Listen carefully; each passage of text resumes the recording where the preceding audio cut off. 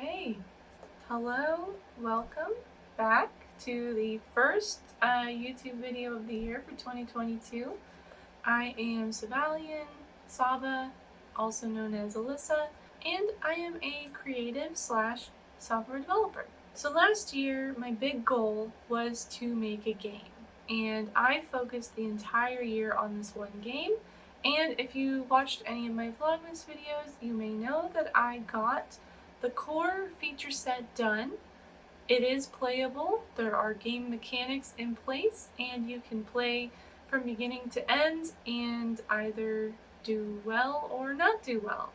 But there's a lot of things that were missing from the prototype that I wanted to focus on getting in this first quarter, because I am using a quarterly planning system. I talked about this during Vlogmas as well. And so for this first quarter, my big goal is to complete the inner workings, put a user interface on it, start working on sound and music, and really complete the game. Now that the mechanics are done, I want to focus on polishing it up and adding all the pieces that are missing. So one of the pieces that was missing was scoring.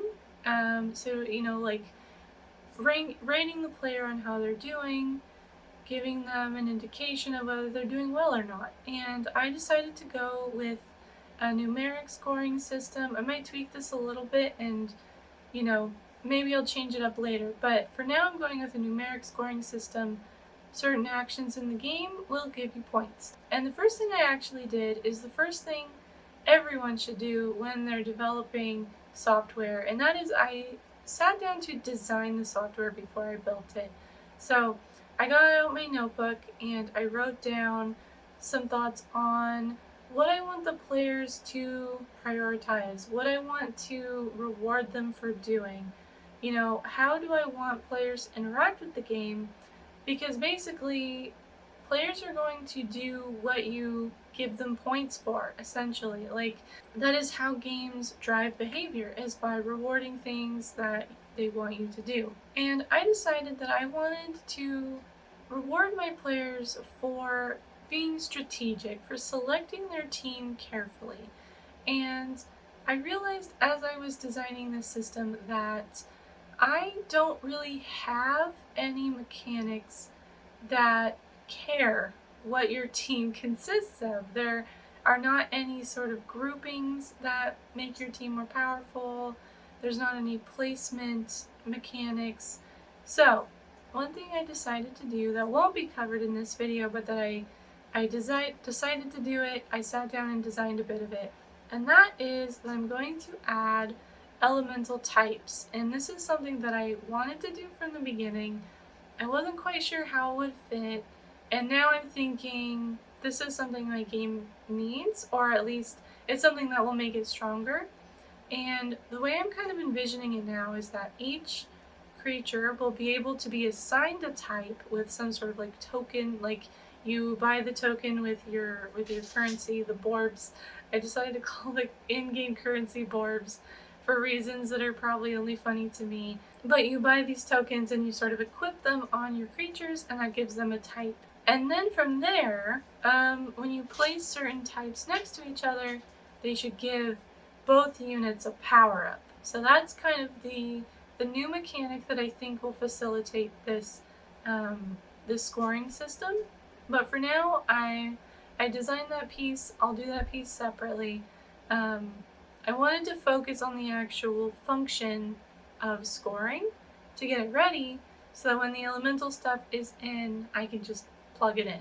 And that's really the best way to build software, in my opinion, and I think the opinion of a lot of other people, is that each individual system should be as self-contained as possible, and it should interact with other systems in very predictable ways, so that, like, for example, user interface is a really good example of this.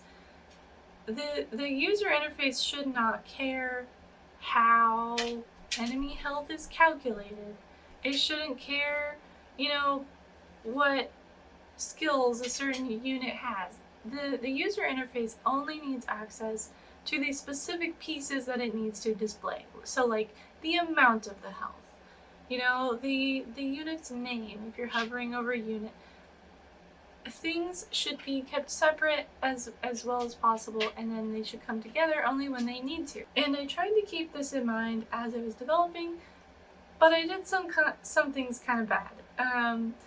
For example, when enemies die, I wanted to give the player points for that, because the goal of the game is to fend off these enemy creatures. And currently, I wasn't telling anyone when the enemies died. It was happening only inside the AI system. When the enemy dies, it removes the unit from the board. And what I needed to do is alert, you know, if you're a developer, you might know where I'm going with this. I needed to create an event for when that happens so that other pieces of software could know about it. So the first thing I did for my scoring system was actually refactor old code so that when enemies die, it sends out an event. And so other software, I was going to say people, so people who are listening can hear when that happens. And this is a pretty common pattern in software, is this ability of one piece of code to send an event or to notify something, and then another piece of code can listen for when those things are notified. So I fixed that code, I cleaned things up a little bit so that some other pieces of code were not so tightly coupled.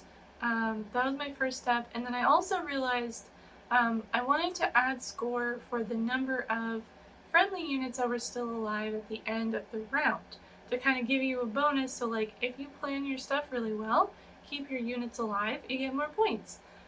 So I also added to the looping system when a round is complete to use an event to declare like this is how many units are still alive. I will also use this for other types of stats. So maybe I'll want to add like how much total damage was done in the battle. I could add that to the end of round like summary as well. Whatever I decide is useful there and makes sense in the component that it's in. So once I had all the information available that I needed to use for scoring, then I just had to build the scoring system, and it was all pretty easy from there. So it's just a very simple class. It has the score in it, it keeps track of that score, just a straight number. And I did add some things, like some variables to say like how many points you get when an enemy unit is killed, or how many points you get for each living ally at the end of the round. And then eventually I'm also going to add points for those elemental boosts, like I mentioned, that aren't quite implemented yet. So all the scorekeeper needs to do is subscribe to those events and increment the score appropriately when they happen. So it's all very separate.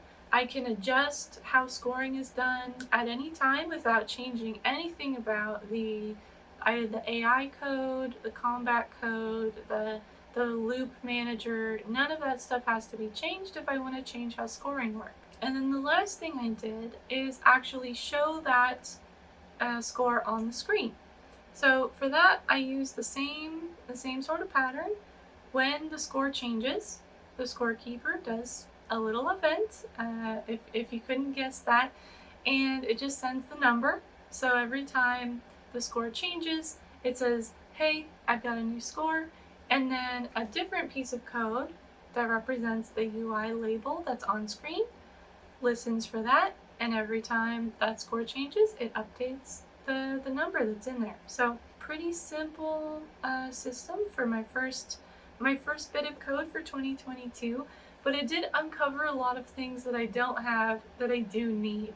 So like somehow it completely slipped my mind that I need to add the ability to move units once they're placed on the board, and I need to add the ability to remove units once they're placed on the board. Currently, you place them down and that's where they are. They don't move because I just missed it. I don't know how I didn't think of that when I was doing my board code. But that's something I noticed. The elemental stuff that I talked about is something I want to add. And then I also wanted initially to add the ability to lose the game at this stage. but I realized that I'm gonna need to get some other things in place before I can really support that. So I had that down as something I wanted to do for the scoring system, but it's actually gonna live somewhere else. So it's not gonna be included in this one, which is fine. Plans change, and I've updated all of my game tasks. So of course, all of my UI is just placeholder UI. I've been cramming on user interface design courses, looking at YouTube videos on game UI design, and I believe next week I will start actually designing the user interface. So maybe I'll do a video on that as well. And I would really like to do vlogs that are a little bit more technically focused, where I talk a little bit more about the work that I do, and how I do it, because I think that's really interesting. And I also think it's something that I can add, me specifically. So look forward to that. But for now, I mean, that's the whole system. It's working, and as I mentioned, there are ways I can change or extend it in the future without too much trouble. So that is going to be it for this video. I hope you liked it. Don't forget to subscribe if you want to see any of the, future things I talked about, if you want to see some vlogs. And I'm also doing an experiment, a sort of productivity experiment. So stay tuned for that. I'm still sort of collecting data, but it's coming up soon. So thank you so much for watching. I hope you're having a good day and or night wherever you are, and I will see you next time. Bye bye bye.